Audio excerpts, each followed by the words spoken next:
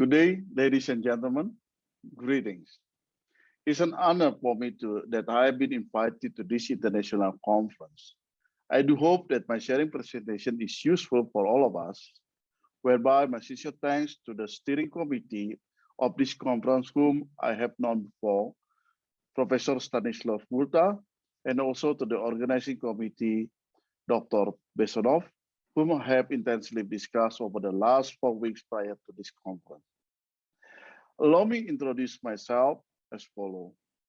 As the founder of Center for Risk Management Sustainability in Indonesia and chairperson of Enterprise Risk Management Academy based in Singapore, and in addition to it, I have some other roles back to my country and region, among others as a board of American Insurance Group, board of Tokyo Marine Life Indonesia Group, advisor of CHAP Group, as well as senior lecturer at Parayan Catholic University and chairperson of many professional associations.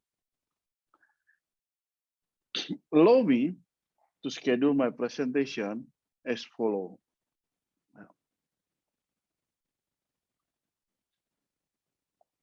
Whereby, the title is about experience sharing, where our government of Indonesia or GOI in transforming the sovereign audit agency from Oversight Audit to the Foresight Audit. Introduction here, as I have already mentioned, myself now sitting as the founder of and principal the Center for Risk Management and Sustainability Indonesia. Allow me now to schedule my presentation as follows. Introduction, risk management in public sector, risk management public and corporate sector in Indonesia context, transforming from oversight to foresight audit, experience of sovereign audit board in Indonesia, lesson to learn, and then closing remark. Let me start with the first slide. This slide shows that in 2014, the World Development Report stated that risk management in the context of public sector had become a must in improving the country's welfare level.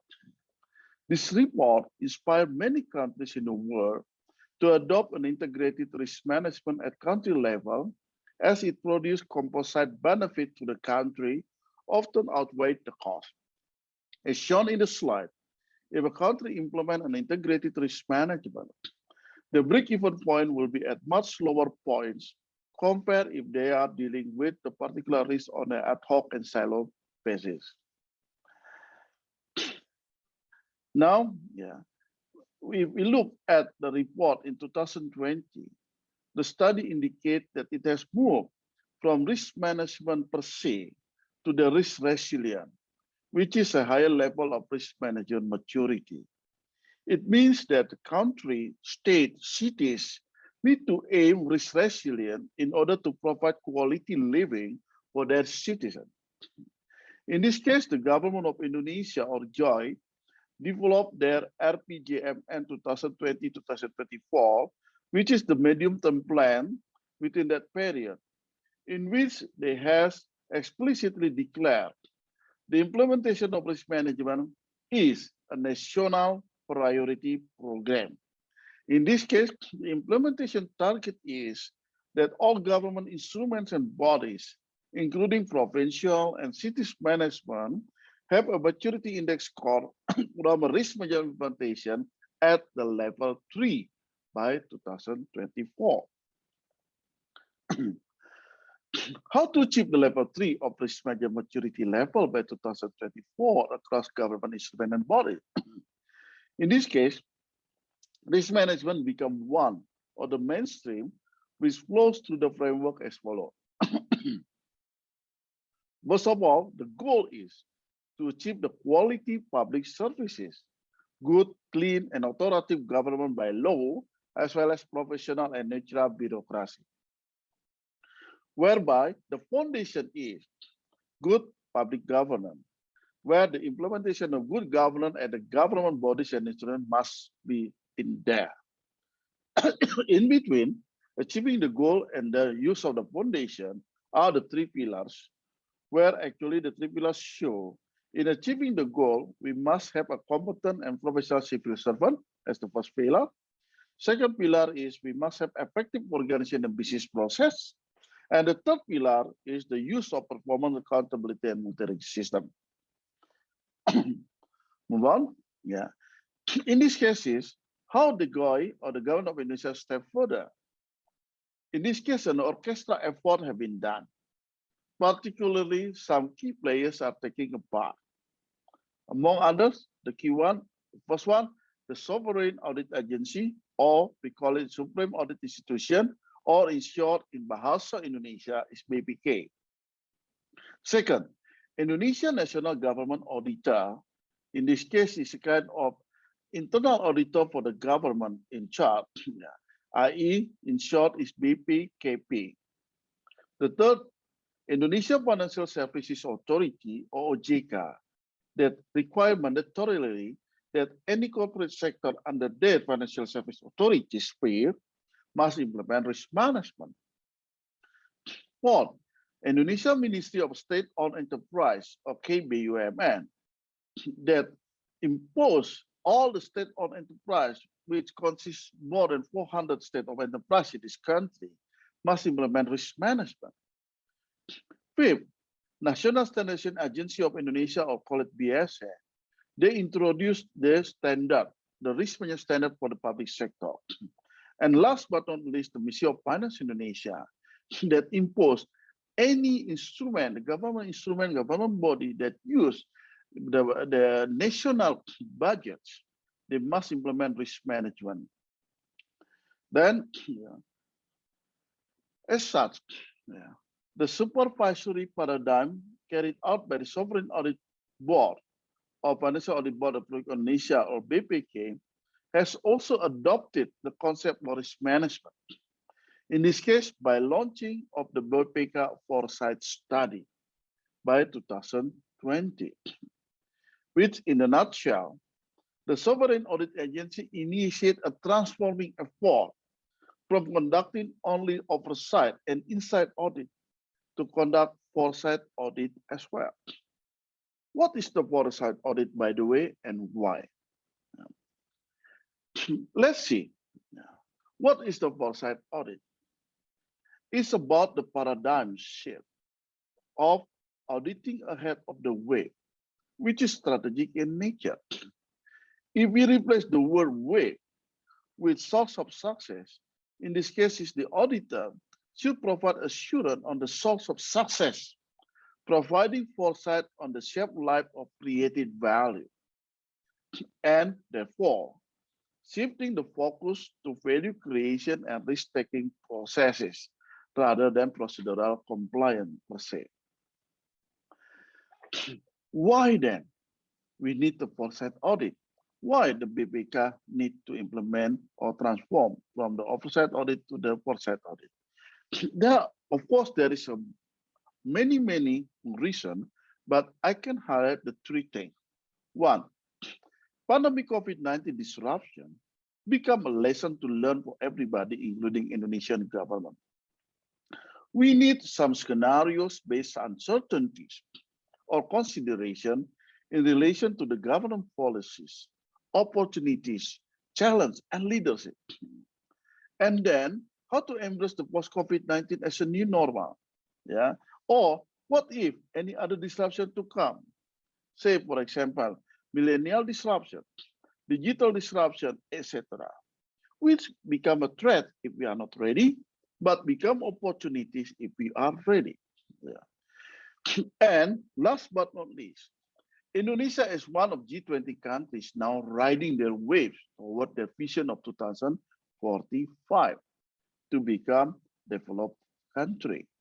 In this case, they are dealing not only the downside risk, i.e. the bad thing that could happen, whereby we need to mitigate, but we must also dealing with upside risk, whereby the good things that do not happen, which is in this case is, how can we make it the government instrument and can exploit the risk in order to achieve the value creation, in order to achieve the vision 2045.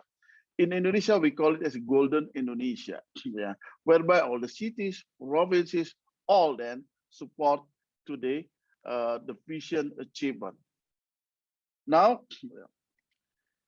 how is the Foresight Audit established? As I have mentioned, it is a paradigm shift which have been marked then with some of the following.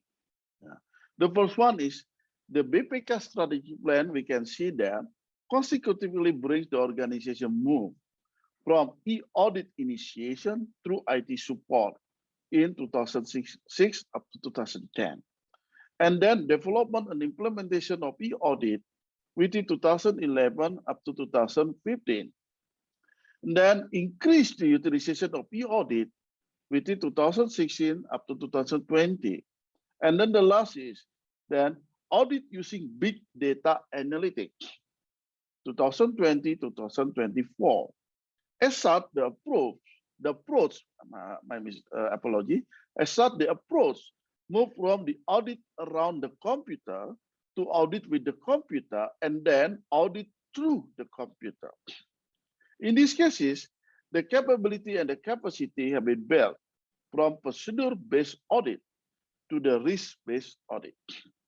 And last but not least, in order to build those capability and capacity, underlying efforts have been made through years of practices and improvement in many areas, especially of one, the performance management from 2006, second, change management from 2006, knowledge management from 2016, and risk management from 2016 onward as well. Now, how is the Foresight audit conducted further? It's again paradigm shift, which have been marked with some of the following. Now, in order to enable the organization, i.e. the BPK here, conduct Foresight audit, it should become a data-driven organization itself.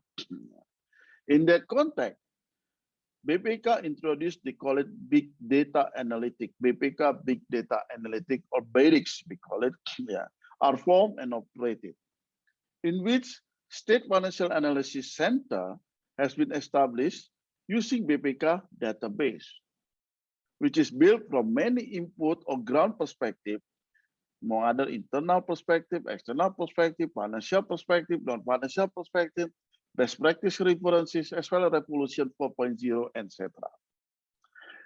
And then along the way, data culture that is developed, whereby data literacy and fluency are strengthened, empowered by the existence and role of data analysts, data scientists, and data engineer.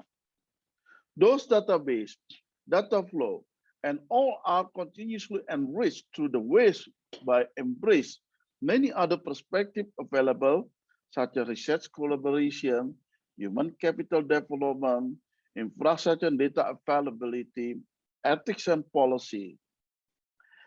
In addition, support in terms of funding, regulation, organization, business process, and last but not least is competent human resources, human capital underline it.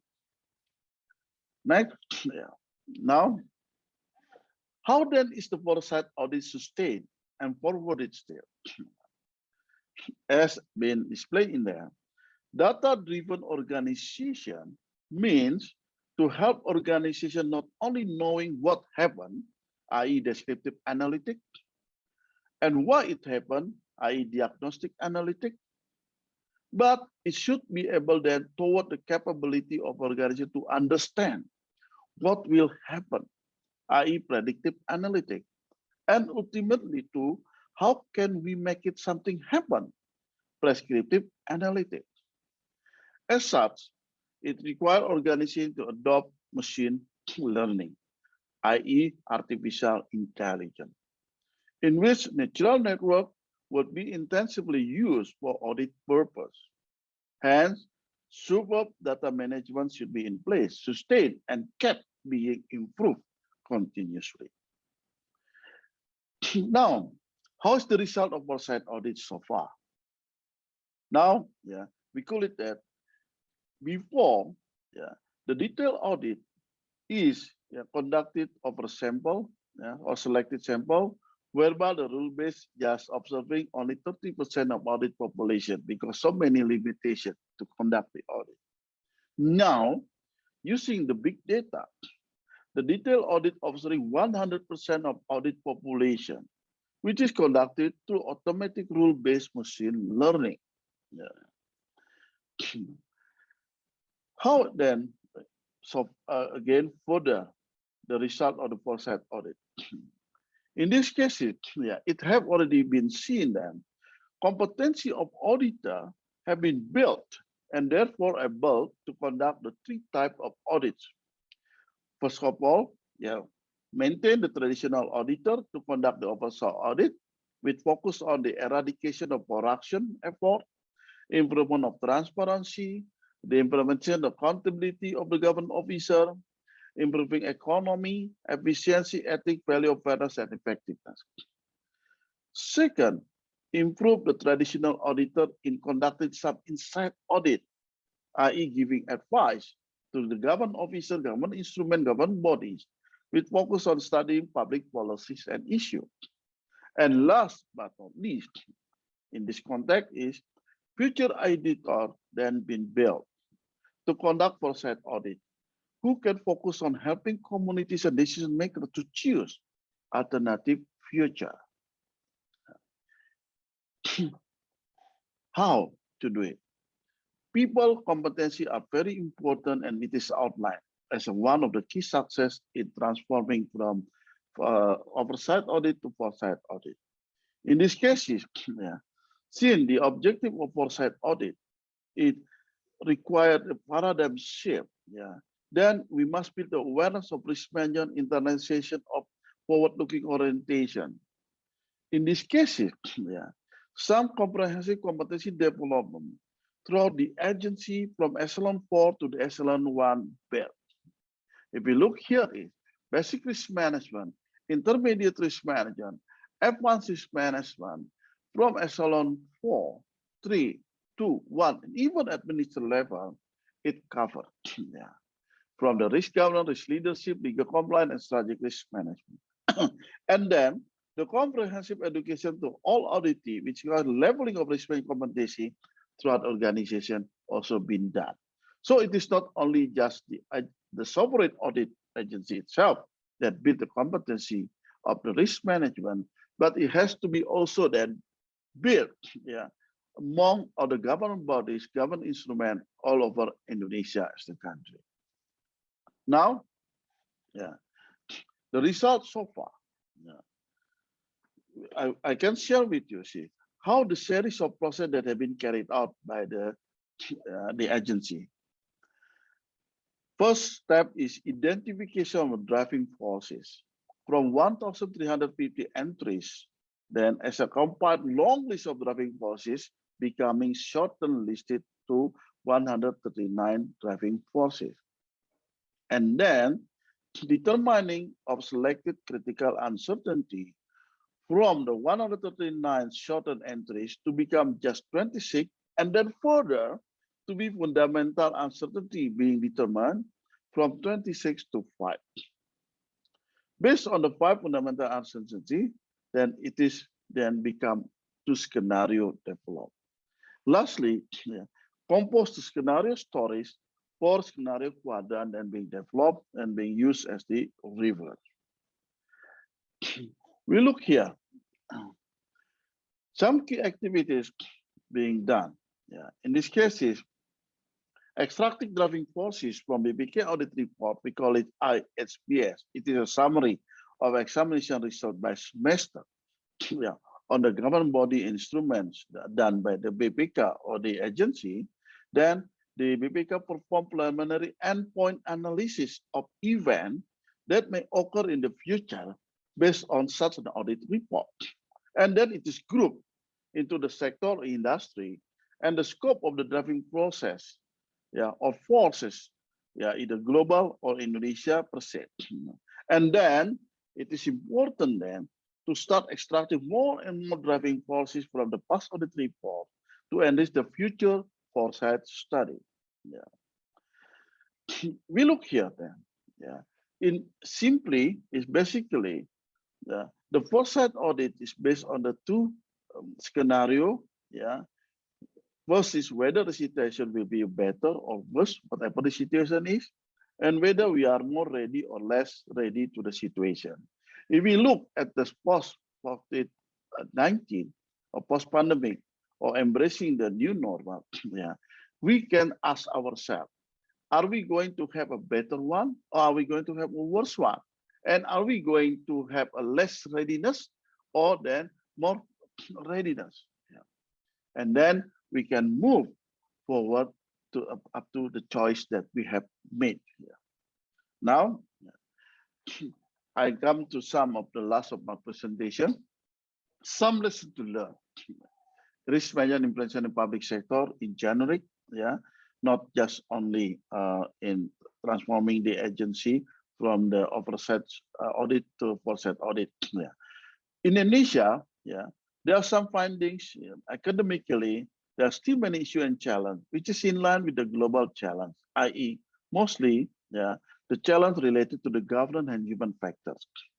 And in these cases, some lessons to learn in transforming Oversight Audit to Foresight Audit, i.e., there are at least 5.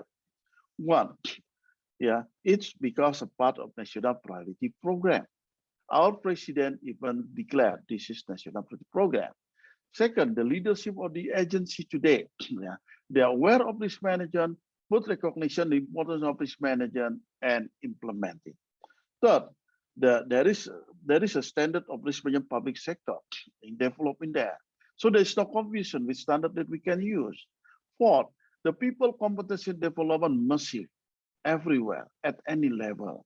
And then conducive risk culture, build and build continue as a never-ending story. Yeah. Now, as a closing remark, allow me to stress out some of the underlying word. One, remember, it's not only just technical, it is a paradigm shift. Okay, from oversight audit to the foresight. Second, yeah, we must bear in mind we need to exploit opportunities by managing upside risk. So the world is surrounded not only just by downside risk, but there are upside risk, and we need to exploit it. Third, we must have a scenario based, hope the best still, but prepare the worst. Yeah. Fourth, data driven. As a future is a choice. We need riding the wave in front of the wave even. And it requires the need to establish the governance platform, people competency, infrastructure availability, and system as a reference. Thank you so much. Spasiba to all ladies and gentlemen. Again, thank you so much. It's an honor for me to share my view, to share my slide in front of all the audience today. Greetings.